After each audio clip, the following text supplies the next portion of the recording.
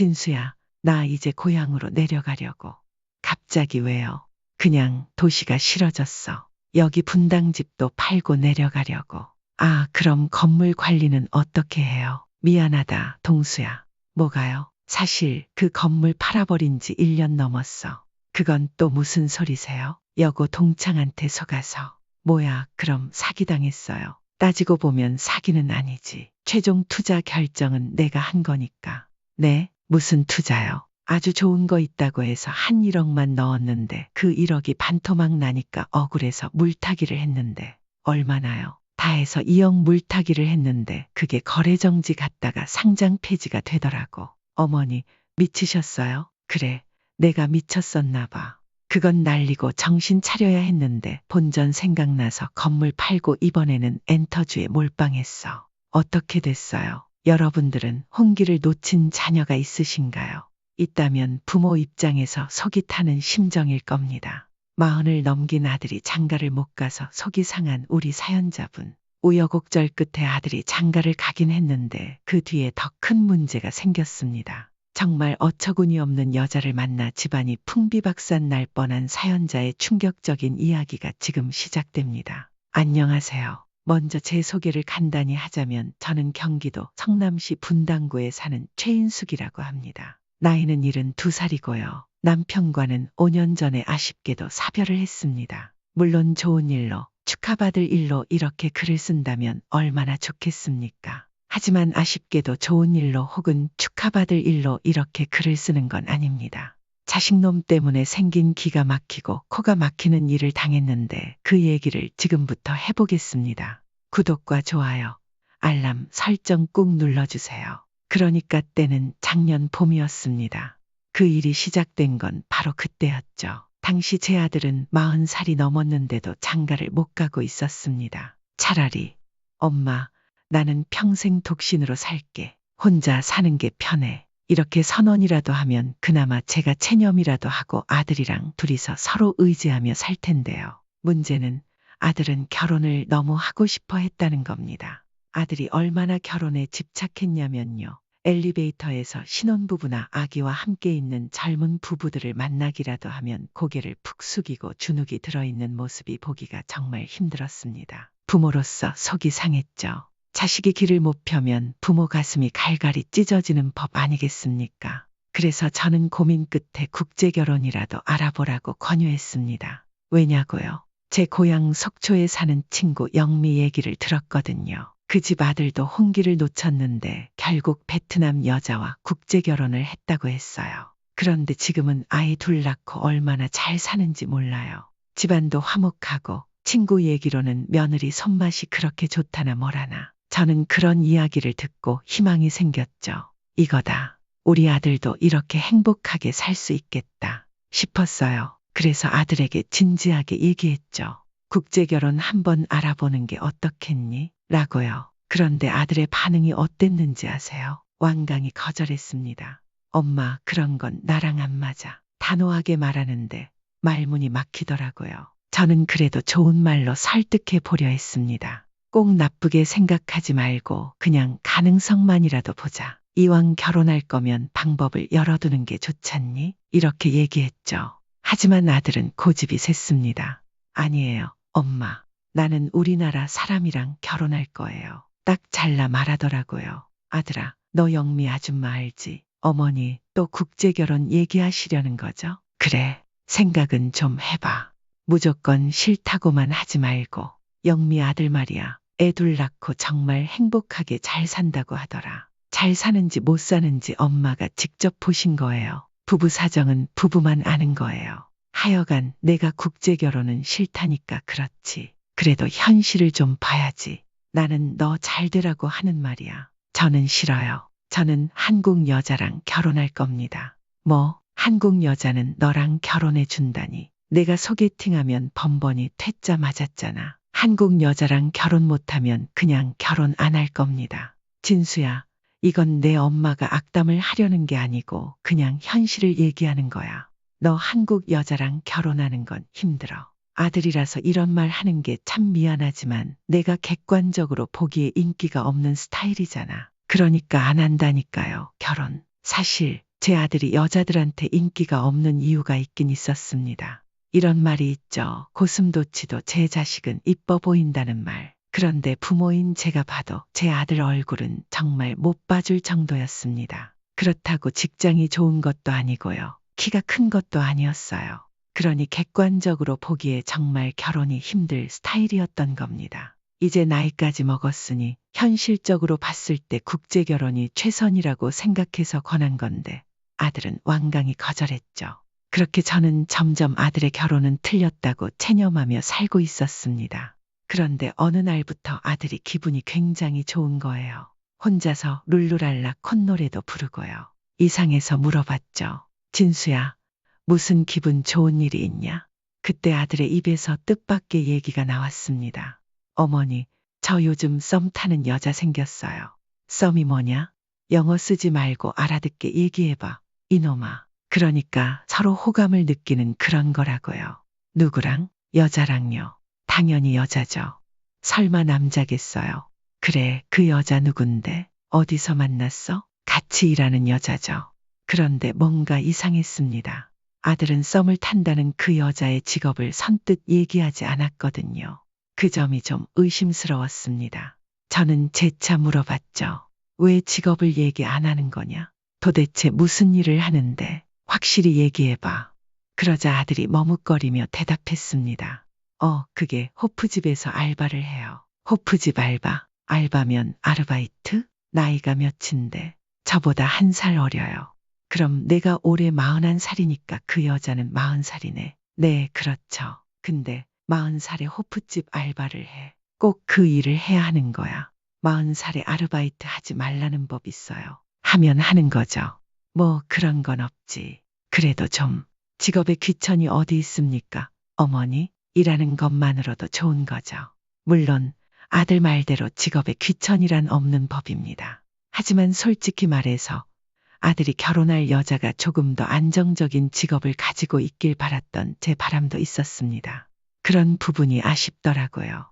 그러나 또 한편으로는 그런 안정적인 여자가 우리 아들을 왜 만나겠나 싶기도 했죠. 그래서 아쉬움도 금세 사라졌습니다. 그래, 그럼 나한테는 언제 소개해 줄 거냐? 어머니, 지금 썸 타고 있다니까요.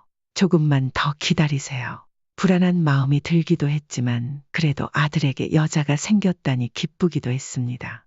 드디어 우리 아들도 장가를 갈 수 있겠구나 하는 생각에 마음이 설렜죠. 저는 별다른 말 없이 그냥 아들을 지켜보기로 했습니다. 그 뒤로도 아들은 계속 기분이 좋아 보였고요. 혼자 콧노래를 부르며 집에 들어오는 모습이 어찌나 경쾌하던지요. 그 모습을 보며 저는 속으로 생각했습니다. 정말 잘하면 한국 여자랑 결혼할 수 있겠구나. 하여간 저는 마음속으로 아들을 응원하고 있었습니다. 그러던 어느 날 아들이 드디어 저에게 말을 꺼냈습니다. 어머니, 만나고 있는 여자를 소개해 드릴게요. 그러던 어느 날 아들이 저에게 만나고 있는 여자를 소개해 주겠다고 하더라고요. 저는 아들의 그 얘기가 너무 반가웠고 설레기까지 했습니다. 드디어 나도 며느리가 생기고 선주도 볼 날이 오는구나 싶었거든요. 어머니, 이번 주에 선주 씨 소개해 드릴게요. 정말? 드디어 소개해 주는구나. 밖에서 만날까? 아니면 집으로 오라고 할까? 그냥 밖에서 만나자고요. 제가 잘 가는 한식집으로 갈게요. 그래, 알았다. 아이고, 장하다 우리 아들. 드디어 너도 장가 가는구나. 네, 어머니, 저 이제 장가 갑니다. 남녀 관계는 결혼식장에 들어가기 전까지는 모르는 거야. 애인한테 더 잘해주고 섭섭하게 만들지 말아라. 걱정 마세요, 어머니. 제가 다 알아서 해요. 그렇게 목요일 저녁이 되었고 저는 떨리는 마음으로 한정식집 방 안에서 아들이 데리고 올 애인을 기다렸습니다. 마음속엔 설렘과 약간의 긴장감이 교차했죠. 드디어 아들의 애인이 방으로 들어왔습니다. 그런데 딱 보는 순간부터 속에서 뭔가 찜찜함이 밀려왔습니다. 저는 예쁘고 안 예쁘고는 중요하지 않다고 생각해요. 제 아들도 그렇게 잘생긴 편이 아닌데다 애초에 며느리가 미모를 자랑할 거라는 기대도 없었거든요. 그런데도 아들 애인을 딱 본 순간 이유를 설명하기 어려운 불편함이 생겼습니다. 뭐랄까요, 얼굴에서 뭔가 강한 화력의 느낌이 느껴졌습니다. 제가 나이가 많아서 그런지는 몰라도 사람을 보면 대충 감이 오는 경우가 있거든요. 그런데 아무리 봐도 이 여자는 뭔가 평범하지 않았습니다. 눈빛부터 행동까지 왠지 모르게 제 마음에 안 드는 기운이 느껴졌습니다. 아들이 왜 저런 여자한테 그렇게 빠졌는지 한심하기까지 했어요. 저는 도저히 표정 관리를 할 자신이 없었습니다. 그래도 아들의 눈치를 보며 겨우 입을 열었죠. 어머니, 인사하세요. 제가 만나고 있는 선주 씨예요. 네네, 반가워요. 얘기 많이 들었어요. 어머님, 말씀 편하게 놓으세요. 그래요. 이제 어머니 며느리 될 사람이니까 말씀 편히 하세요. 그런데도 속에서 뭔가 답답함이 가시질 않았습니다. 저는 한숨을 참고 억지로 말을 돌렸습니다. 진수야, 내가 전에 한 얘기 기억하나? 무슨 얘기요? 결혼식장 들어가기 전까지는 남녀 관계 어떻게 될지 모른다는 거. 아, 어머니도 참 저 선주 씨랑 절대 헤어지는 일 없을 거라고요. 배고프다.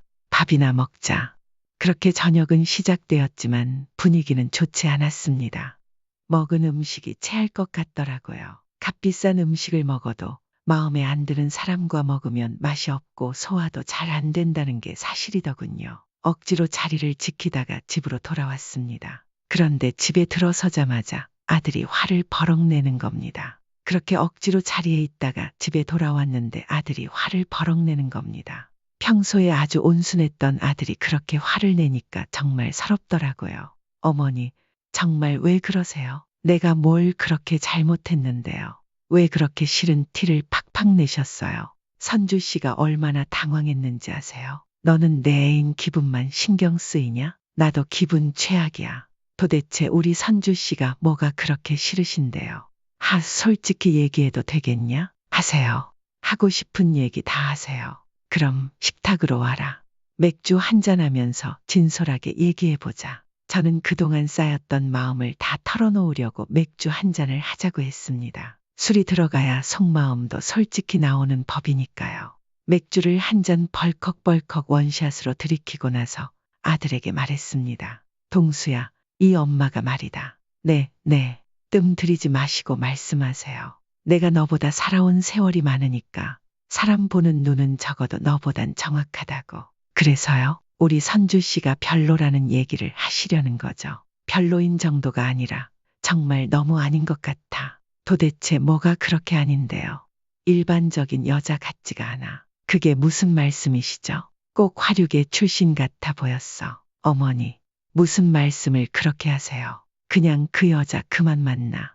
차라리 결혼하지 마. 아니요. 저 반드시 선주 씨랑 결혼할 겁니다. 그렇게 하세요. 나도 절대로 양보 못해. 내 눈에 흙이 들어가기 전까지는 그 여자 인정 못해. 저도 아들 못지않게 완강하게 나갔습니다. 그러자 이후로 저와 아들은 한 집에 살면서도 말을 하지 않고 지냈습니다.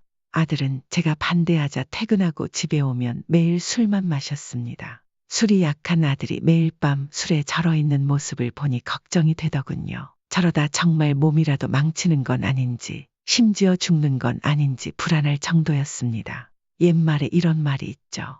자식 이기는 부모 없다. 그 말이 딱 맞았습니다. 결국 제가 포기했습니다.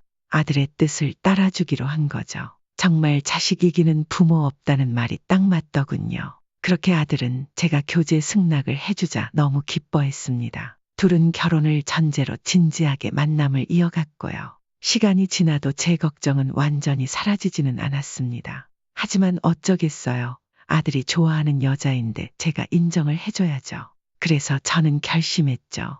그래, 아들 일은 아들이 알아서 하게 내버려 두자. 40이 넘은 나이인데 자기 인생은 자기가 책임지겠지. 그렇게 생각하려고 애썼습니다. 하지만 가끔씩 불쑥불쑥 불안감과 불길한 예감이 떠오르는 건 어쩔 수 없더군요. 최대한 아들의 일을 생각하지 않으려고 애쓰는데도 불현듯 이런 생각이 들곤 했습니다. 선주 씨는 대체 우리 아들의 어디가 좋아서 만나는 걸까? 그 부분이 계속 마음에 걸렸습니다. 그러다 예전에 있었던 아들의 소개팅 일화가 불쑥 떠오르더군요. 어떤 소개팅 일화냐고요? 이런 일이 있었습니다. 아들이 다니는 회사에 친한 동료가 있었는데 아들이 몇 달 동안 그 동료에게 소개팅을 해달라고 졸랐대요. 그래서 결국 그 동료가 자신의 여자친구의 친구를 소개해줬습니다. 소개팅 당일 아들은 저에게 다녀오겠습니다. 라고 말하며 신나게 나갔지만 저는 큰 기대는 하지 않았습니다. 왜냐하면 그전에도 수십 번 소개팅을 했는데 한 번도 잘 된 적이 없었거든요. 아, 갑자기 생각났는데 소개팅 중에 상대 여자가 화장실에 갔다 오겠다고 하고 그대로 도망쳐버린 적도 있었습니다. 다시 말하지만 제 아들이 인물이 좋은 편은 아닙니다. 조금 더 정확히 말하자면 그냥 평범한 추남이 아니라 약간 무섭게 생긴 추남이었죠. 그러니까 처음 본 여자들은 겁을 먹을 수도 있었을 겁니다. 물론 성격은 순하고 착하디 착한 성격인데 외모라는 첫인상이 사람에게 미치는 영향은 무시 못하잖아요. 이야기가 조금 딴 데로 샜네요. 본론으로 돌아가자면 그날 아들은 소개팅을 마치고 집에 왔습니다. 그런데 역시나 이번에도 소개팅이 잘 안 되었는지 우울한 표정으로 들어오더라고요. 그리고 그날 아들은 자기 방문을 걸어 잠그고 펑펑 울기까지 했습니다. 이유를 물어보니 그 소개팅녀가 완전히 자기 이상형이었다고 하더라고요. 그래서인지 아들은 한동안 포기하지 않고 계속해서 그 여자에게 연락을 시도했습니다. 하지만 솔직히 말해서 아들한테 이상형이면 다른 남자들에게도 이상형일 텐데 그런 여자가 왜 우리 아들을 만나겠어요. 하여간 아들은 도저히 포기가 안 되는지 저도 모르게 이상한 수를 썼더군요. 엄마, 나 있잖아. 그 소개팅녀한테 우리 엄마가 건물을 줄 거라고 얘기했어. 그 말을 듣는데 머리가 띵하더라고요. 뭐, 내가 무슨 권리로 그런 얘기를 해. 그걸 왜 얘기했어? 어떻게든 마음을 잡고 싶어서 그랬죠. 그런데 그것도 소용없더라고요. 결국 아들은 그렇게까지 했지만 그 소개팅녀는 아들에게 관심을 두지 않았고 끝내 아들은 포기하고 말았습니다. 그런데 그 이야기를 듣고 난 뒤부터 이상한 생각이 들더군요. 혹시 지금 아들 애인 선주가 우리 아들을 사랑해서가 아니라 나중에라도 물려받을 건물 때문에 접근한 게 아닐까. 그 의심이 머릿속을 떠나지 않았습니다. 그날 저는 도저히 참을 수 없어서 직장에 있는 아들에게 전화를 걸었습니다. 아들아, 지금 통화 괜찮니? 네, 어머니. 안 그래도 휴게실에서 커피 한잔하면서 쉬고 있었어요. 근데 무슨 일이세요? 너 혹시 내 애인한테 그거 얘기했니? 그게 뭔데요? 수원 7층 빌딩 말이야. 이 엄마 명의로 된 그 빌딩. 아, 그거요? 얘기했죠. 이놈아, 그걸 왜 얘기했어? 아니, 어떻게든 선주 씨 마음을 잡고 싶어서 그랬죠. 그럼 혹시 내 애인이 그것 때문에 너한테 접근한 거 아닐까? 우리 선주 씨 그런 사람 아니거든요. 야, 솔직히 그럼 왜 너랑 만난다고 생각해? 그 여자가 정말 너를 사랑한다고 믿는 거냐? 진심이 통한 거죠. 어머니, 자꾸 왜 그러세요? 선주 씨랑 저는 진짜 서로 좋아하는 사이예요. 아무래도 좀 아닌 것 같다. 또 그러신다. 저 지금 다시 일해야 하니까 이따가 집에서 봬요. 찜찜했지만 제 의심은 어디까지나 심증에 불과했고 아들은 그 여자를 믿고 있었습니다. 그리고 아들은 결혼을 밀어붙였죠. 결국 둘은 일사천리로 결혼 준비를 했고 결혼식을 올리게 되었습니다. 신혼집은 따로 구하지 않았습니다. 아들과 며느리는 우리 집에서 함께 살겠다고 하더라고요. 저는 어쩔 수 없이 그러라고 했습니다. 그렇게 둘은 결혼식을 올리고 신혼여행을 떠났습니다. 호주로 9박 10일 동안의 신혼여행이었죠. 결혼식이 끝난 뒤 저는 친척들과 친구들에게 일일이 전화를 돌려 감사 인사를 전했습니다. 그렇게 고교 동창 순미에게 전화를 했습니다. 순미야, 오늘 와줘서 고마워. 고맙긴 당연히 가야지. 친구 아들 결혼식인데. 아니, 그리고 10만 원만 하지 뭘 또 20만 원이나 했어. 괜히 미안하게. 뭐가 미안하냐? 너희 아들 결혼식인데 나야 당연히 그 정도는 해야지. 그리고 인수가 나는 너 아들 결혼식 때 10만 원 했잖아. 야, 그때는 벌써 10년 전이잖아. 그때랑 요즘 물가가 같니? 그래도 고맙다. 그런데 순미가 갑자기 뜬금없이 물었습니다. 근데 인수가 뭐 하나만 물어봐도 될까? 응, 말해. 혹시 내 며느리 세원이 재혼이냐? 뭐? 아니지. 그게 무슨 소리야? 당연히 초혼이지. 아, 그래. 미안. 내가 괜한 소리를 했다. 도대체 왜 그러는데? 아, 아니라니까. 인수가 지금 손님이 와서 나중에 만나서 밥 한 번 먹자. 그렇게 친구 순미와 전화를 끊었습니다. 하지만 그 대화가 머릿속에서 떠나질 않았습니다. 왜 순미는 며느리가 재혼이라고 생각했을까? 그 말이 계속 마음에 걸렸습니다. 그 찜찜함은 다음 날까지 이어졌고 결국 저는 다시 순미에게 전화를 걸었습니다. 순미야, 나야. 인수가. 왜? 어제 내가 한 말 있잖아. 어떤 말? 우리 며느리 재혼 아니냐고 했던 말 말이야. 그거 그냥 아무것도 아니야. 아무것도 아닌 게 아니지. 너 속 시원히 말해봐. 왜 그런 거야? 아니, 내가 좀 착각했나 봐. 착각이라니. 뭘? 그게 내가 잘못 본 걸 수도 있는데 재작년에 우리 남편 친구 아들이 결혼했거든.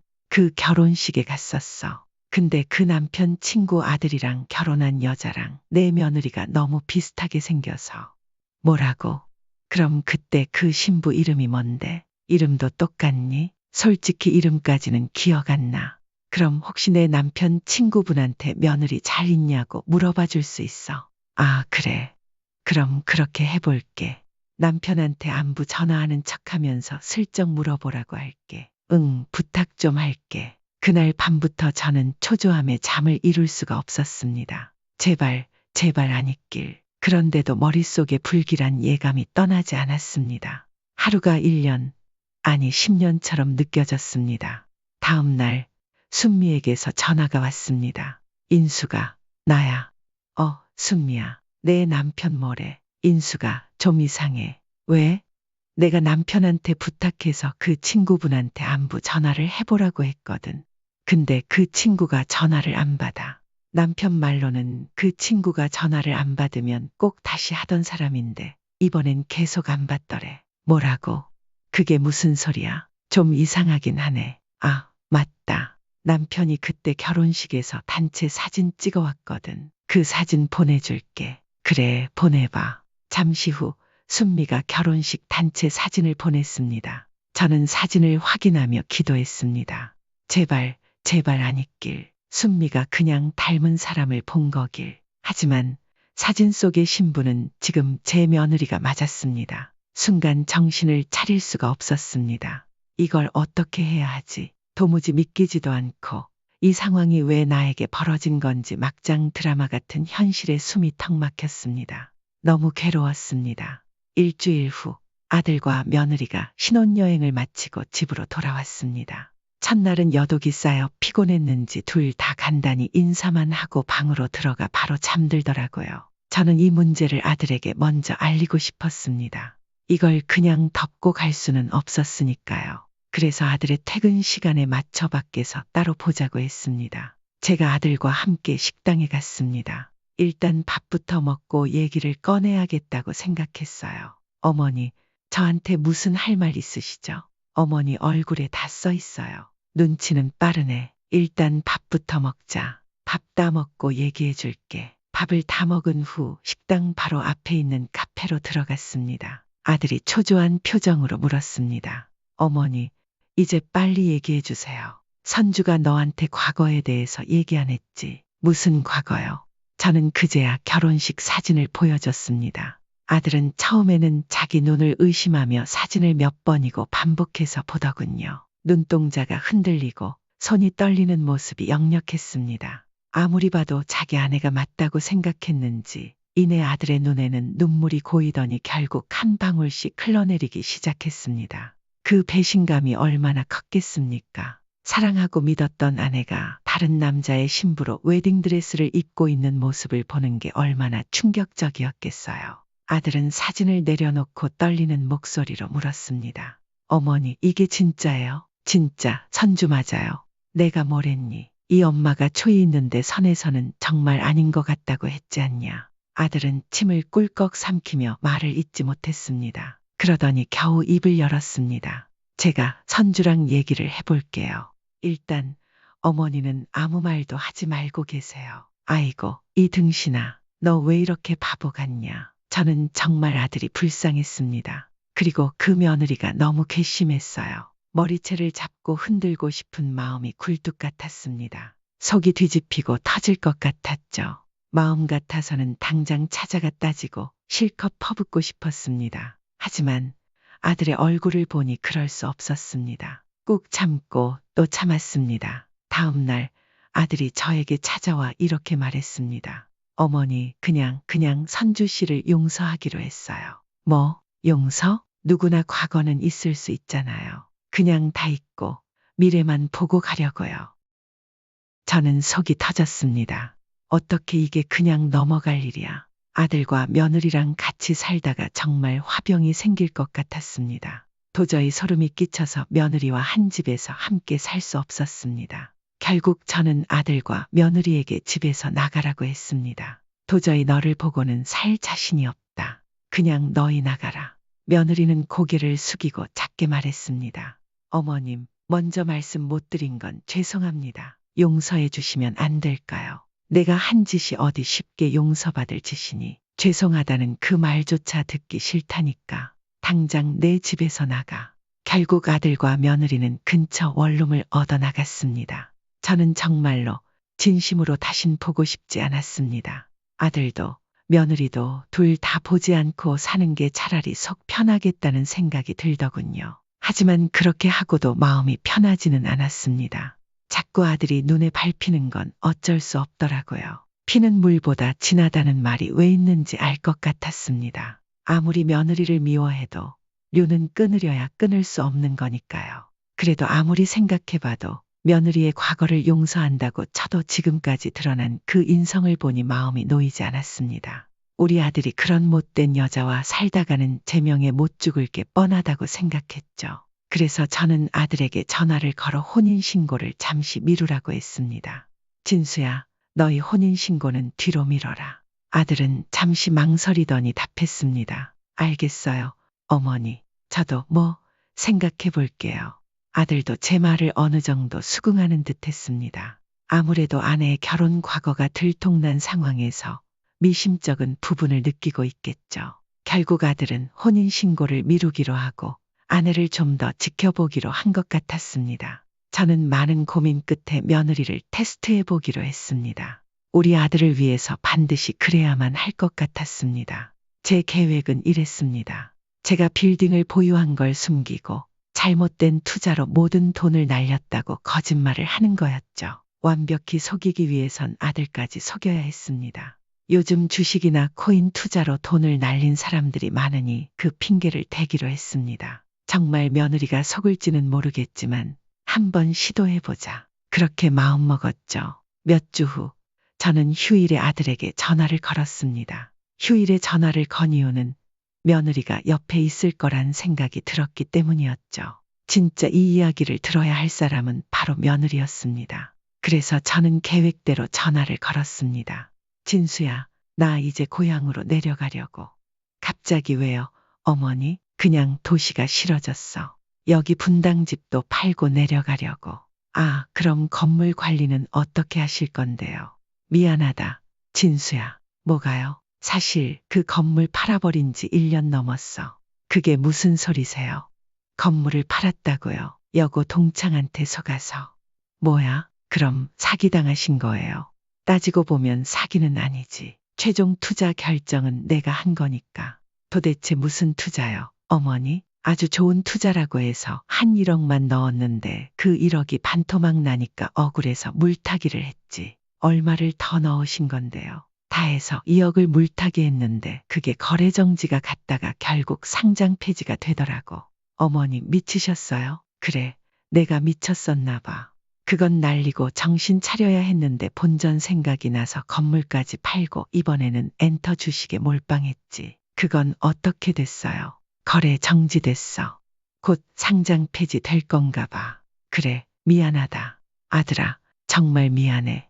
엄마가. 그런데 아들이 전화는 끊지 않았는데 아무 대답이 없었습니다. 순간 덜컥 겁이 났습니다. 혹시 아들이 내가 건물을 날렸다는 얘기를 듣고 쓰러진 건 아닐까? 정말 그런 거면 어떡하지? 내가 괜한 짓을 해서 아들이 큰 충격을 받은 건가? 별의별 생각이 머리를 스쳤습니다. 그때 갑자기 며느리가 대신 전화를 받았습니다. 어머님, 저예요. 왜 내가 대신 받냐? 그이가 지금 머리가 너무 아프다고 해서 좀 쉬어야 할 것 같아요. 상태가 좀 안 좋아 보여요. 순간 가슴이 철렁했지만 다행히 위급한 상황으로 간 건 아닌 것 같아 안도했습니다. 그래도 며느리와 대화를 오래 하고 싶지 않아서 얼른 전화를 끊으려고 했습니다. 그럼 나중에 다시 전화하라고 해라. 그런데 며느리가 갑자기 물었습니다. 근데 어머님 진짜 건물 날리셨어요. 왜 그렇게 대책이 없으세요? 너한테 그런 소리 들을 이유 없다. 끊자. 저는 서둘러 전화를 끊었습니다. 하지만 전화를 끊고 난 뒤에도 마음이 심란했습니다. 일단은 기다리기로 했습니다. 며느리가 어떻게 나오는지 보자. 혹시 내가 며느리를 오해하고 있었던 건 아닐까? 그런 생각이 머릿속을 스치기도 했습니다. 그렇게 딱 일주일 정도 기다렸을까요? 아들에게서 전화가 왔습니다. 제 예상은 정확히 맞아떨어졌습니다. 며느리 그녀는 그대로 집을 나갔다고 하더군요. 어머니, 예상이 딱 맞았어요. 무슨 예상? 어머니가 건물을 날렸다고 하니까 선주가 그대로 집을 나갔어요. 이혼한 거냐? 따지고 보면 이혼도 아니죠. 혼인신고를 안 했으니까요. 그래서 뭐라고 하면서 나갔는데 혼인신고 안 한 게 신의 한 수였다고 하더라고요. 혼인신고 안 해서 깔끔하고 신속하게 끝내서 다행이라고요. 그게 사람 입에서 나올 소리냐? 정말 어머니 말이 맞아요. 그년 진짜 나쁜 년이에요. 어머니 말씀 진작에 들었어야 했는데 제가 이제야 정신 차렸어요. 그래, 이제야 정신 차렸냐? 너 여기 원룸 정리하고 다시 들어와라. 근데 어머니 혹시 분당 집도 날리신 건 아니죠? 집은 물론이고 건물도 멀쩡하다. 멀쩡하게 잘 있다고. 다 내 명이다. 내가 주식 투자 같은 거 할 사람으로 보이냐? 뭐라고요? 그럼 그 얘기 다 거짓말이었어요. 그래, 선주 그 나쁜 년 테스트해 본 거다. 혹시나 했는데 역시나였어. 뭐냐, 나 원망하냐? 아니요, 어머니, 원망은 무슨. 이제 어머니가 하는 말이 다 진리 같아요. 그렇게 믿고 살게요. 빨리 와, 이놈아. 그렇게 아들은 다시 집으로 돌아왔습니다. 들어온 후 아들이 제게 말하더군요. 어머니, 그냥 평생 어머니 모시고 살게요. 제 팔자에는 아내가 없는 것 같아요. 억지로 팔자에도 없는 아내를 만들려다가 더 큰 화를 입을 것 같아요. 그냥 순리대로 싱글로 살기로 했습니다. 그래, 알아서 해라. 정말 집안에 사람 하나 잘못 들이면 집안이 순식간에 풍비박산이 날 수 있다는 말이 딱 맞더군요. 우리 집도 풍비박산 날 뻔했습니다. 저는 아들과 함께 인생 공부를 제대로 했다고 생각하기로 했습니다. 그동안의 마음고생을 생각하면 수업료는 정말 톡톡히 치렀다고 생각되네요. 정말 큰 경험이었습니다. 하여간 그렇게 생각을 하니 마음이 한결 편안해지더라고요. 시간이 흘러 지금은 우리 모자 재미있게 잘 지내고 있습니다. 아들도 더 이상 결혼에 집착하지 않고 노총각 생활을 나름 즐기며 자신만의 삶을 꾸려가는 단계까지 간 것 같더군요. 뭐 그렇게 아들이 잘 지내니 부모 입장에서는 고맙고 다행스러운 일입니다. 결혼이라는 굴레에서 벗어나 오히려 자신의 삶을 여유롭게 찾아가고 있는 모습이 든든하기까지 하더라고요. 그럼 제 사연은 여기서 마무리하겠습니다. 끝까지 들어주셔서 대단히 감사합니다. 결혼은 정말 신중하게 상대를 잘 보고 결정해야 한다는 걸 이번 일을 통해 뼈저리게 느꼈습니다. 나이가 늦었다고 해서 조바심에 급하게 서둘러 결혼을 하게 되면 정말 생각지도 못한 큰 화를 입을 수 있다는 걸 절실히 깨달았습니다. 빨리 먹는 밥이 체한다는 말처럼 모든 일에는 순리대로 천천히 하는 미덕이 필요한 것 같습니다. 하여간 저는 이제 평온함을 되찾아 더 이상 지난 일로 속 끓이지 않고 살아가고 있습니다. 아들과 함께 조용히 하루하루를 보내며 작은 것에서 행복을 찾는 법을 배우고 있답니다. 오늘도 이 이야기를 들어주신 여러분, 정말 감사합니다. 환절기에 건강 잘 챙기시고 다들 행복한 하루 보내시길 바랍니다. 이어서 두 번째 사연을 소개합니다. 엄마는 원래 그런 거잖아. 집안일도 봐주고 아이도 봐주는 어머니에게 남은 음식만 먹게 하는 자식들이 여기 있습니다. 엄마가 자식들에게 날리는 통쾌한 복수의 사연 함께 하시죠. 내가 그동안 내 자식을 그렇게 봐줬는데 어떻게 나한테 그럴 수 있어? 내가 그렇게 무리한 부탁을 한 것도 아니잖니. 저는 순간적으로 억울해서 아들들에게 말했습니다. 제 앞에는 이미 차갑게 식어 딱딱하게 굳은 밥과 기름이 둥둥 떠있는 차돌 된장찌개가 놓여 있었습니다. 배가 고프다고 말했더니 아들들이 내민 건 자기들이 먹다 남긴 음식이었습니다. 너는 자식까지 돌봐주는 엄마한테 따뜻한 밥 한 번 차려주는 게 그렇게 어려운 일이니. 억울한 마음에 울분을 터뜨리던 그때 집으로 들어오던 며느리가 무슨 일이냐고 물었습니다. 며느리는 식탁 위 상황을 보더니 얼굴이 확 굳더군요. 그리고는 큰아들에게 차갑게 말했습니다. 당신 지금까지 이런 짓을 했던 거야.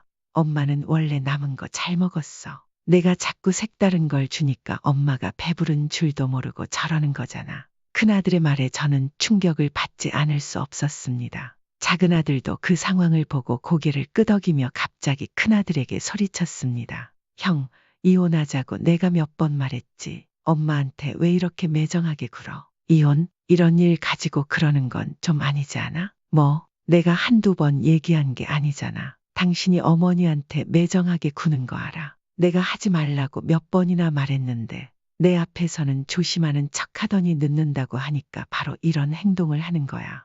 그제서야 큰아들은 자신이 뭔가 잘못되었음을 깨달았는지 며느리를 붙잡고는 말했습니다. 미안해, 내가 잘못한 게 있으면 고칠게. 하지만 큰며느리는 단호한 태도로 제 손을 잡고 일어나며 말했습니다. 당신, 이런 식으로 계속 행동하면 난 앞으로 같이 못 살아. 알겠어? 어머니, 저희 나가 볼게요.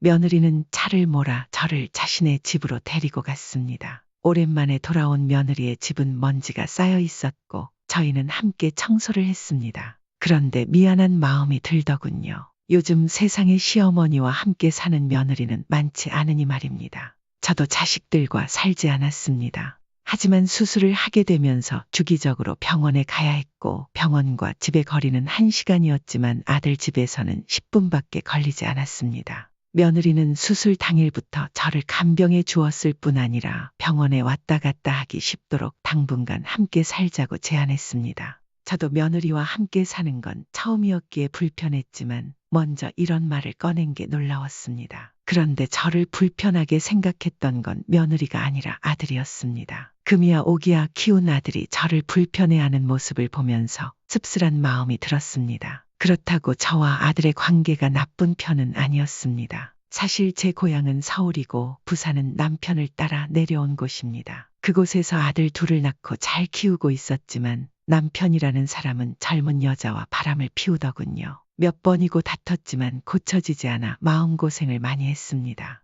이 집을 뛰쳐나가고 싶었지만 부산에 아는 사람 하나 없는 현실에 이러지도 저러지도 못했습니다. 현실을 받아들이며 살아가던 중 남편이 딱 한 번 도움되는 일을 하더군요. 그가 만나고 있던 여자와 드라이브를 하러 갔다가 그만 사고로 먼저 하늘로 올라가 버렸습니다. 남편이 떠난 후 당장의 생계가 걱정되기도 했지만 지은 잘못에 대한 벌을 받았다는 생각에 통쾌함을 느낀 것도 사실이었습니다. 그런데 장례식 도중 한 남자가 찾아와서는 남편의 사망보험금 이야기를 꺼내지 뭡니까? 그 액수는 두 아이를 대학까지 졸업시키고도 남을 만큼 큰 돈이었습니다. 걱정이 조금은 사라졌지만 무작정 쓰기에는 훗날이 걱정되었습니다. 그래서 저는 어느 정도 돈을 벌어야겠다고 생각해 작은 상가 건물을 매입했습니다. 일부는 세를 주고 직접 식당을 운영하며 새벽부터 밤늦게까지 일하는 생활을 시작했습니다. 그러다 보니 자연스럽게 아이들과는 서먹해질 수밖에 없었습니다. 그래도 엄마가 항상 옆에 있다는 걸 보여주고 싶어서 끼니를 챙길 수 있도록 반찬을 만들어 놓고 나가곤 했습니다. 그런데 집에 돌아오면 고기나 계란 같은 것만 쏙쏙 골라 먹은 빈 반찬 통들이 저를 반기고 있더군요. 처음에는 아이들도 먹고 싶은 게 있으니 그러려니 했습니다. 하지만 날이 갈수록 편식이 심해지자 이대로는 안 되겠다 싶었습니다. 그래서 주말에 두 아들을 식탁에 앉혀놓고 현재 상황에 대해 진지하게 말했습니다. 얘들아, 엄마가 너희를 위해 밥을 해놓고 가는 거 알고 있지. 그런데 너희가 편식을 너무 심하게 하는 것 같구나. 다음부터는 그러지 말자. 하지만 아이들은 제 말을 듣고 오히려 불만을 터뜨리기 시작했습니다. 싫어요. 다른 애들은 일부러 키 크고 건강해지라고 좋은 것만 먹는다는데 우리 집은 무슨 거지 같아요. 맞아. 나도 계란이랑 햄 많이 먹고 싶단 말이야. 맨날 김치만 주잖아. 아이들은 불만이 많다며 반찬 투정을 하기 시작했습니다. 물론 저도 아이들이 먹고 싶은 게 있다는 건 알고 있었습니다. 하지만 이때 버릇을 제대로 잡아야겠다고 생각한 저는 목소리를 낮추고 단호하게 말했습니다. 그래도 편식은 고치는 걸로 하자.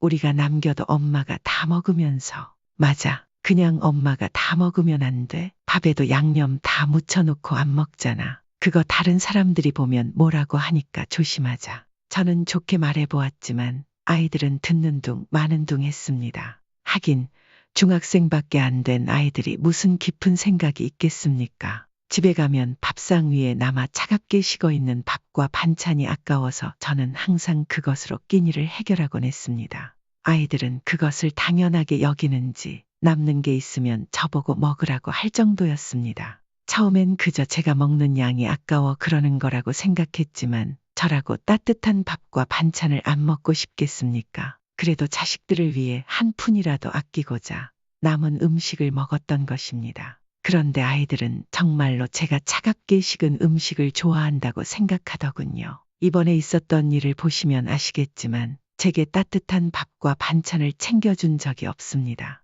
오히려 부모인 저를 음식물 처리하는 사람처럼 여기는 아들들의 행동에 실망을 금할 수 없었습니다. 그래도 저는 손주만큼은 제대로 돌봐주겠다고 마음먹었습니다. 손주는 이제 2살이 되었고 며느리가 얼마나 힘들게 아이를 낳았는지 알기에 육아만큼은 제가 도와주기로 했습니다. 원래는 가끔 들러서 봐줄 생각이었지만 맞벌이를 하며 육아와 집안일까지 모두 도맡아 하는 며느리의 모습을 보니 걱정이 되어 더 적극적으로 나서기로 했습니다. 예전에 손주의 100일 잔치를 한다고 해서 간 적이 있었는데 그날 큰아들이라는 놈은 손가락 하나 까딱하지 않더군요. 며느리가 혼자 분주히 움직이는 걸 보면서 참다 못해 큰아들에게 말했습니다. 승민이를 며느리 혼자 낳았냐? 내 자식 100일 잔치 하는데 너는 손가락 하나 까딱 안 하냐? 저 사람이 알아서 하는 걸요. 그리고 내가 남자인데 부엌에 어떻게 들어가요? 그 대답에 화가 치밀었지만 저는 꾹 참고 말을 이어갔습니다. 그래, 그럼 내 아들 옷이라도 제대로 입히던가. 며느리도 너처럼 똑같이 일하는데 집안일에 육아까지 다 하는 건 아니지 않니? 힘들어하는 며느리를 볼 때마다 젊은 시절 부산으로 내려와 홀로 살림을 꾸리고 바람 피우는 남편을 지켜보며 살아야 했던 제 모습이 떠올랐습니다. 그때의 외로움과 고단함을 떠올리며 며느리가 처한 상황이 너무 안쓰러웠습니다. 그래서인지 며느리에게 감정이입이 되더군요. 가끔씩 집안 살림도 도와주고 손주도 돌봐줘야겠다는 생각이 들었습니다. 하지만 얼마 지나지 않아 그 결심은 조금씩 달라지기 시작했습니다. 100일 잔치가 끝나고 며칠 후 큰 며느리에게서 전화가 걸려왔습니다. 어머니, 정말 죄송한데 오늘 하루만 승민이 좀 돌봐주실 수 있을까요? 승민이를. 그래. 내가 너희 집으로 가서 보면 되지. 걱정 말아라. 감사합니다, 어머니. 며느리는 감사하다고 했지만 목소리에는 힘이 하나도 없어 보였습니다. 걱정스러운 마음에 얼른 준비를 하고 큰아들 집으로 향했습니다. 문을 열고 들어가자 거실에서 발을 동동 구르고 있는 며느리가 보였습니다. 저를 보자마자 그녀는 손주를 제게 안겨주며 말했습니다. 승민이가 아침부터 열이 나서 병원에 다녀왔어요. 그런데 출근은 해야 하고 열 때문에 맡길 수도 없어서 정말 죄송해요. 아이고, 그럴 수 있지. 걱정 말고 얼른 출근해라. 내가 오늘은 맛있는 것도 해놓을 테니까 열심히 일하고 와. 감사합니다, 어머니. 정말 감사합니다. 며느리는 승민이에게 엄마 다녀올게 하고 인사한 뒤 다급히 뛰어나갔습니다. 그녀의 뒷모습을 보니 안쓰러운 마음이 들었습니다. 저는 거실에 있는 흔들 침대에 손주를 눕히고 집안을 둘러보았습니다. 유아와의 전쟁이 그대로 그려질 정도로 집은 엉망이었습니다. 부엌에는 어제 먹고 남긴 설거지거리가 쌓여 있었고 빨래도 산더미처럼 쌓여 있었습니다. 아이고, 애가 혼자 다 하니까 얼마나 힘들겠니. 석형이 이놈은 조금만 도와줘도 이렇게까지 힘들진 않았을 텐데. 저는 오늘만큼은 며느리의 부담을 덜어주기로 결심했습니다. 그리고 조금이라도 기운을 낼 수 있도록 진수성찬을 차리기로 했습니다. 승민이를 업고 집 앞 슈퍼에 가서 고기도 든든하게 사왔습니다. 몸보신에는 고기가 최고라는 생각이 들어 첫째 내외가 맛있게 먹고 힘낼 수 있도록 마음을 담았습니다. 그날 저녁 며느리는 퇴근 후 집에 들어오자마자 거실 한가운데서 발걸음을 멈췄습니다. 거실과 부엌이 말끔하게 정리되어 있고 식탁 위에는 갓 지은 따뜻한 밥과 고기 반찬이 가득 차려져 있었습니다. 며느리는 두 눈에 눈물을 머금고 저를 와락 끌어안으며 말했습니다. 어머니, 정말 감사해요. 그동안 마음고생 많으셨죠? 이렇게까지 도와주시다니. 저는 그녀의 어깨를 토닥이며 말했습니다. 걱정 말고 회사 다녀. 아이 손 많이 갈 때는 내가 도와줄게. 정말 감사합니다. 감사합니다. 어머니. 고개를 푹 숙이고 눈물을 뚝뚝 흘리는 며느리의 모습을 보니 마음이 참 착잡했습니다. 물론 많은 분들이 딸들이라면 친정의 자식을 부탁하면 되지 않느냐. 사돈도 있는데 왜 시어머니가 해야 하냐. 고 물을 수도 있겠죠. 하지만 저희 며느리는 부모님을 일찍 여의었고 의지할 수 있는 집안 어른이 없는 상태였습니다. 그래서인지 저를 자기 엄마처럼 여기며 따르는 모습이 종종 보였습니다. 그렇다고 해도 친정과 시댁은 아무래도 다르지 않습니까? 며느리는 생각이 참 많았던 사람이었습니다. 그래서 이렇게 우울하고 힘든 상황에 처하기 전까지 저에게 부탁 한 번 제대로 하지 못했던 겁니다. 제가 전해준 따뜻한 한마디가 며느리의 지친 마음을 조금이나마 녹였던 것이죠. 그날 이후 저는 며느리를 딸처럼 생각하며 더 챙기려고 노력했습니다. 그랬더니 며느리도 저를 대하는 태도가 한층 부드러워졌고 엄마로서 감당해야 할 무게가 줄어서 그런지 예전보다 얼굴도 많이 좋아졌습니다. 며느리는 쉬는 날이면 손주와 함께 종종 저를 찾아왔습니다. 소소하게 커피 한 잔을 나누며 이런저런 이야기를 나누는 시간이 참 좋았습니다. 하지만 이와는 별개로 아들이라는 두 남자가 저를 대하는 태도를 생각하면 화가 치밀곤 했습니다. 어느 날 오랜만에 제 집에 왔더니 집안에는 먼지가 꽤 쌓여 있더군요. 오자마자 청소부터 하느라 기운이 빠졌고 배에서는 밥을 달라고 아우성이 났습니다. 그런데 그때 며느리가 제 배에서 나는 소리를 들었는지 말했습니다. 어머님, 제가 식사 준비할게요. 잠시만 기다리세요. 집에 있는 재료라곤 김치, 된장, 고추장이 전부였지만 며느리는 그걸로 김치볶음밥을 만들어내왔습니다. 누군가가 차려주는 따뜻한 밥을 받아보는 것이 오랜만이라 순간 울컥하며 눈물이 났습니다. 억지로 밥을 먹긴 했지만 그날 밤은 이상하게도 마음이 답답해 한숨도 제대로 자지 못했습니다. 피부치인 아들들보다 며느리가 저를 더 챙겨주는 현실이 참으로 쓰게 느껴졌던 하루였습니다. 다음 날 며느리는 출근을 했고 저는 평소처럼 손주를 보며 시간을 보내고 있었습니다. 그런데 갑자기 큰아들이 집으로 찾아와 저에게 고개를 숙이며 사과를 하지 뭡니까?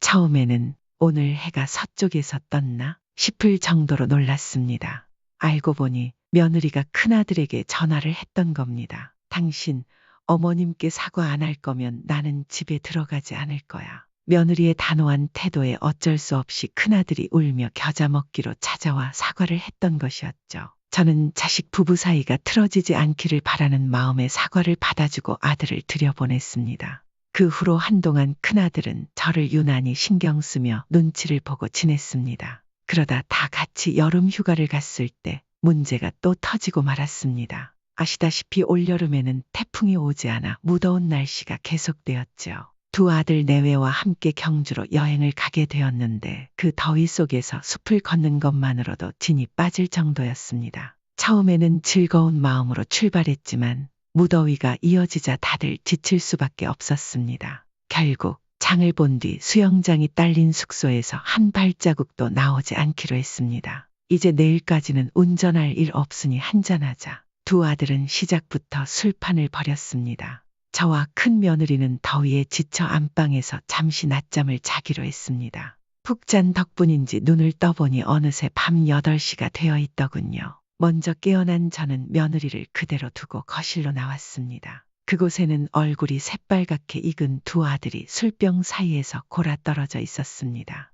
아이고, 좀 치우면서 먹지. 둘이서 술을 다 마셨네. 마셨어. 문득 이들이 무슨 안주로 술을 마셨는지 궁금해졌습니다. 저희는 원래 다 같이 바비큐를 하기 위해 고기를 사왔었는데 안주를 따로 준비하지는 않았던 게 생각났습니다. 테이블 가운데 놓인 음식을 보고 저는 말문이 막혔습니다. 바비큐를 위해 준비해둔 고기를 두 아들이 다 구워 먹은 것이었습니다. 혹시 여분이 남아있을까 싶어 냉장고를 뒤져보았지만 생고기는 흔적조차 없었습니다.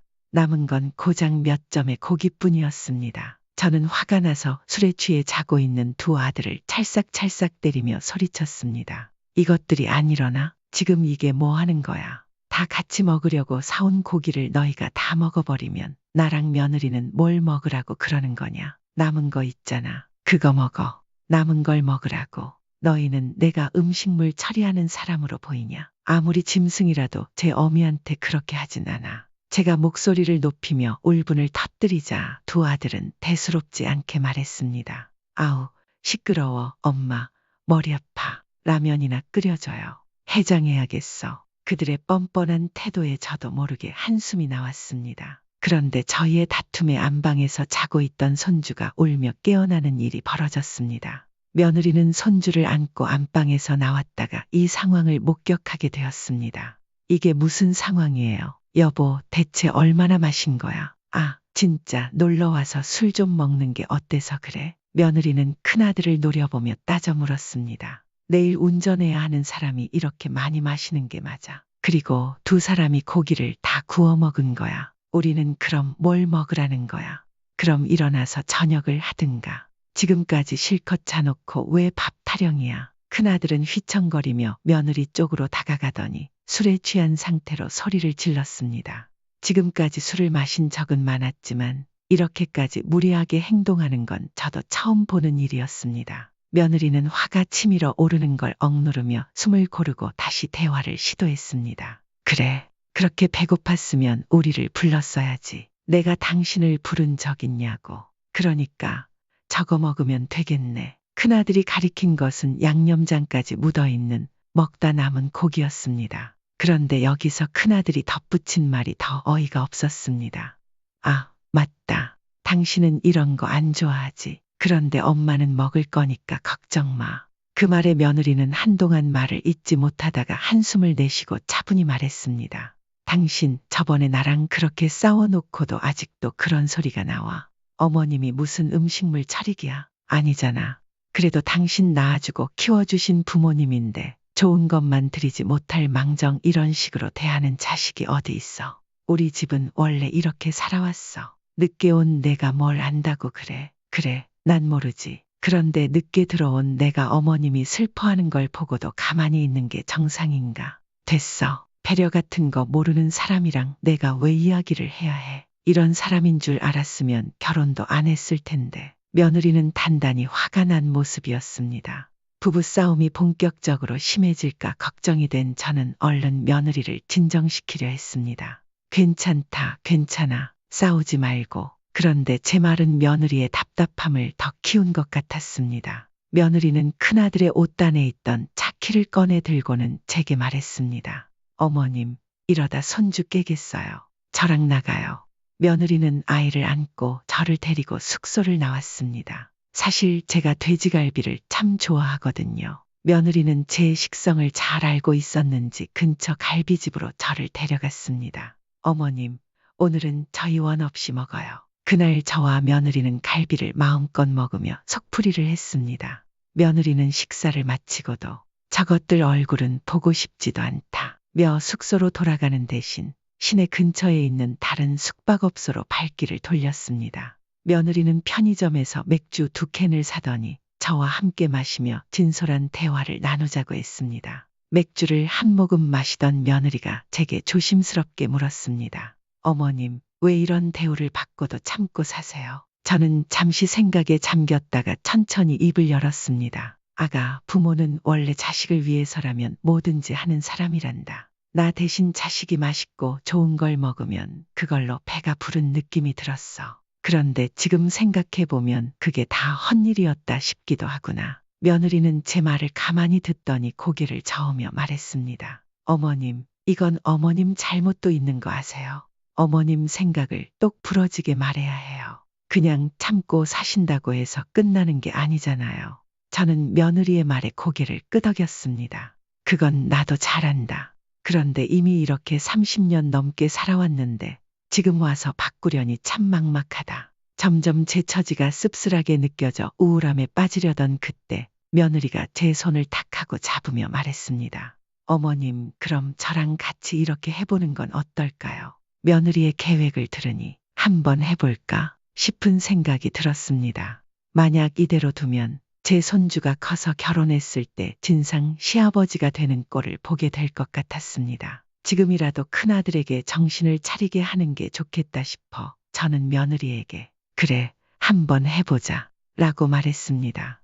다음 날 해가 뜨자마자 저와 며느리는 부산 집으로 먼저 내려갔습니다. 약 1시간쯤 지나자 고생한 기색이 역력한 큰아들이 집에 들어섰습니다. 차를 가져간 저희를 보며 큰아들은 문을 열자마자 소리를 질렀습니다. 아니, 이게 무슨 짓이에요? 왜 차를 가지고 갔어요? 그 모습이 가관이었지만 며느리는 눈 하나 깜짝하지 않고 말했습니다. 그렇게 떡이 되도록 마셨으니 당신은 운전 안 하는 줄 알았지. 지금도 이렇게 술 냄새가 풀풀 나는데 둘 다 음주운전으로 신고해야 하나? 뭐라고?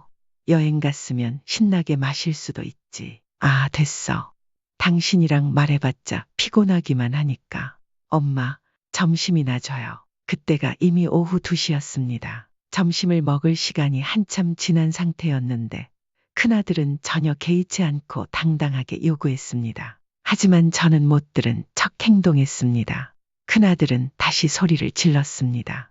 엄마, 밥 달라고요. 아들이 씩씩거리며 성을 내는 모습에 저는 덤덤한 표정을 유지하며 말했습니다.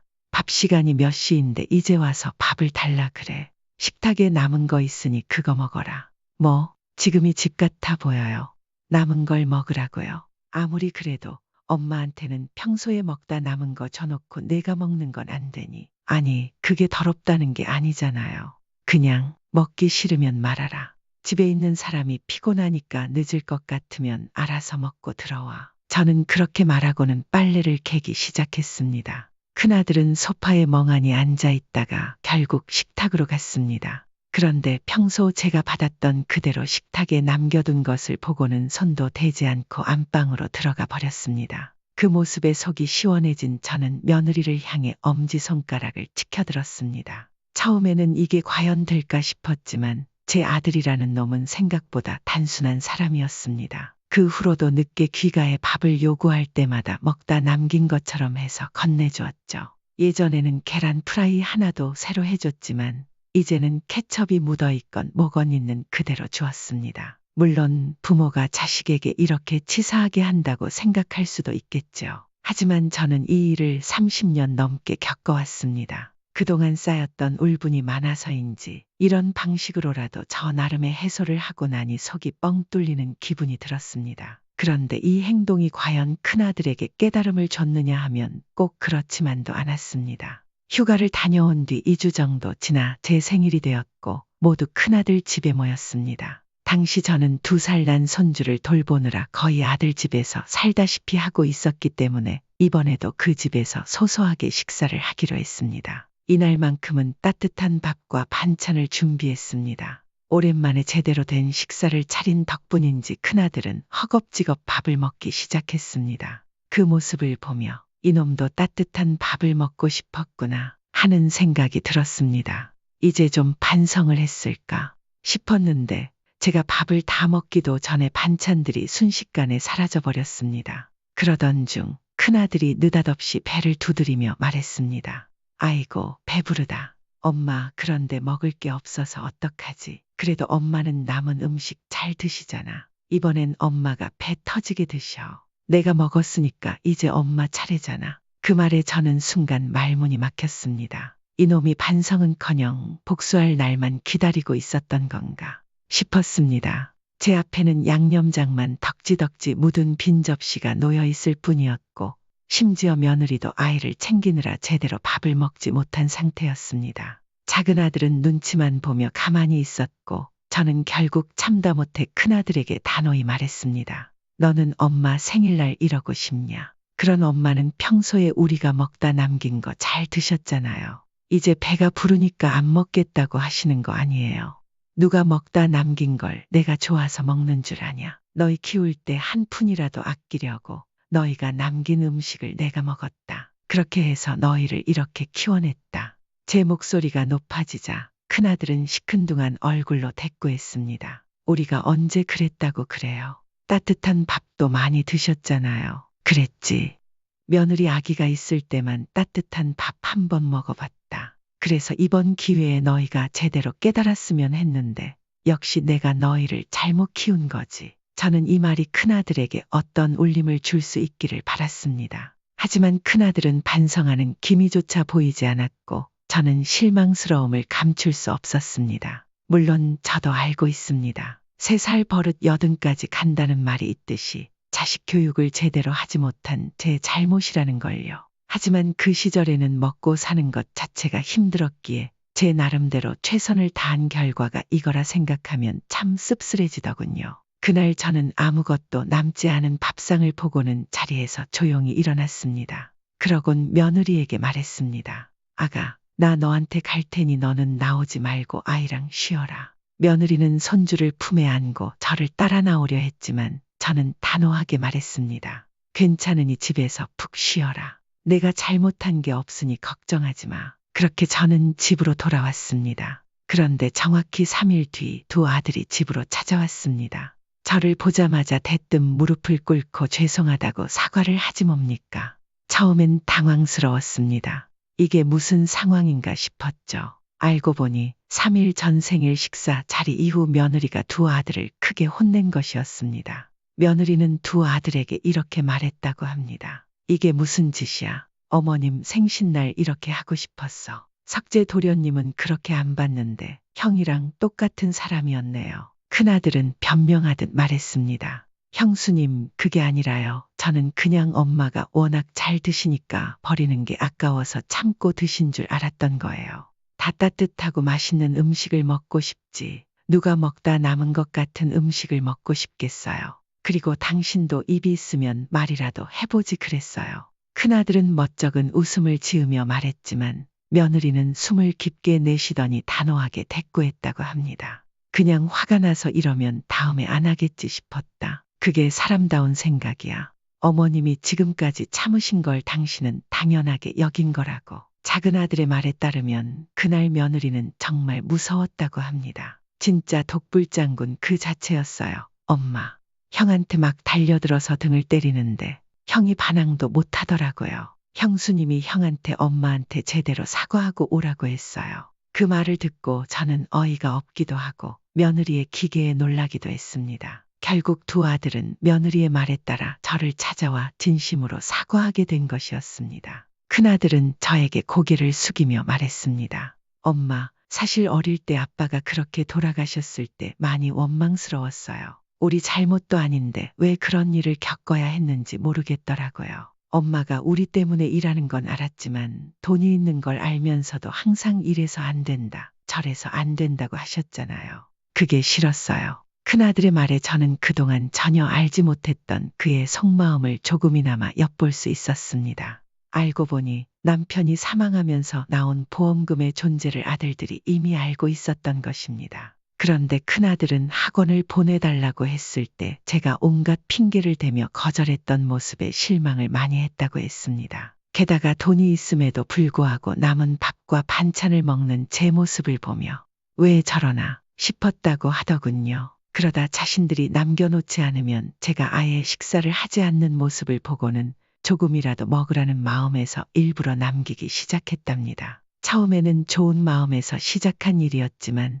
시간이 지날수록 그 행동이 점점 구질구질하게 느껴졌고 그로 인해 말과 행동이 점점 더 못되게 나왔다고 큰아들은 말했습니다. 아들의 이야기를 들으니 미안한 마음이 생겨났습니다. 큰아들은 고개를 푹 숙이며 사과했습니다. 엄마, 미안해. 나도 그럴 의도는 아니었는데 엄마가 자꾸 그렇게 하시니까 점점 화가 났어. 아무리 그래도 이런 식으로 풀면 안 됐는데 정말 미안해. 저도 아들에게 말했습니다. 엄마도 미안하다. 사실 보험금이 나오긴 했지만 너희 대학을 졸업시키기에도 간당간당했어. 엄마는 조금이라도 더 벌고 아끼려고 그랬던 거야. 그땐 한 푼이라도 더 모아야 한다는 마음에 그렇게 했지만 너희에겐 참 좋지 않은 모습이었겠구나. 그제야 30년 동안 묵혀두었던 이야기를 서로 꺼낼 수 있었습니다. 작은 아들은 그동안 한 번도 생각해보지 못했던 이야기들을 듣고 나서인지 눈물을 참지 못했습니다. 엄마, 죄송해요. 앞으로는 잘할게요. 나이가 곧 40이 되는 작은 아들이었지만 제 눈에는 30년 전 조그맣던 아이의 모습이 겹쳐 보였습니다. 저는 두 손으로 작은 아들을 꼭 안으며 말했습니다. 엄마도 미안하다. 그렇게 세모자는 실컷 울고 나서 함께 저녁을 먹으러 나갔습니다. 오랜만에 아들들과 외식을 하는 순간이 얼마나 행복했는지 모릅니다. 고기가 구워지면 저를 먼저 챙겨주는 아들들의 모습에 진작 마음을 털어놓을 걸 그랬다는 생각이 들었습니다. 그리고 이런 기회를 만들어준 며느리가 참 고마웠습니다. 다음 날 손주를 봐주기 위해 큰아들 집으로 아침 일찍 갔습니다. 그런데 놀랍게도 따뜻한 아침 식사가 식탁 위에 차려져 있었습니다. 이게 뭔가 싶어서 식탁을 멍하니 보고 있자니 며느리가 손주를 안고 나오며 제게 말했습니다. 이거 그가 만들어 놓고 간 거예요. 며느리는 아침 식탁을 가리키며 물었고 어찌 된 건지 저를 깨워가며 자세히 묻는 모습에 웃음이 나왔습니다. 어설프기는 했지만 마음이 듬뿍 담긴 아침 식사를 보니 아침부터 가슴이 뭉클해졌습니다. 며느리는 저를 바라보며 조심스럽게 물었습니다.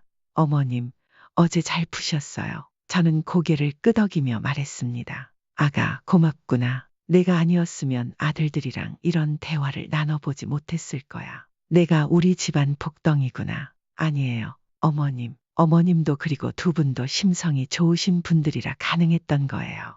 며느리는 밝게 웃으며 덧붙였습니다. 우리 다음에는 다 같이 또 여행 가요. 이번에는 다 같이 맛있는 것도 먹고 정말 즐거운 시간 보내요. 며느리의 환한 미소를 보니 저도 저절로 미소가 지어졌습니다. 그날 이후 우리 집안의 분위기는 정말 많이 달라졌습니다. 식사 시간이 조금 늦어지면 늦어진 대로 기다렸다가 다 함께 식사를 시작했습니다. 반찬이 떨어지면 서로 먼저 챙겨주려 하고 사소한 것에도 고맙다는 말을 주고받게 되었죠. 이제야 진정 가족다운 풍경을 그려내는 것 같아 매일매일이 행복했습니다. 여러분, 제가 이런 일을 겪고 나니 깨달은 게 하나 있습니다. 말하지 않아도 알 수 있다. 는 말은 항상 들어맞지 않는다는 것입니다. 저는 딸 같은 며느리 덕분에 오해를 풀고 가족들과의 관계를 개선할 수 있었습니다. 혹시 여러분도 가족 사이에서 말하지 못한 것이 있다면 오해가 더 쌓이기 전에 대화로 풀어보시길 바랍니다. 제가 겪었던 일들이 여러분에게 작은 도움이라도 되었으면 좋겠습니다. 이제 저는 남은 인생을 더 행복하고 여유롭게 보내려고 합니다. 여러분들도 가족들과의 오해를 잘 푸시고 매일매일 행복한 시간을 보내시길 바랍니다.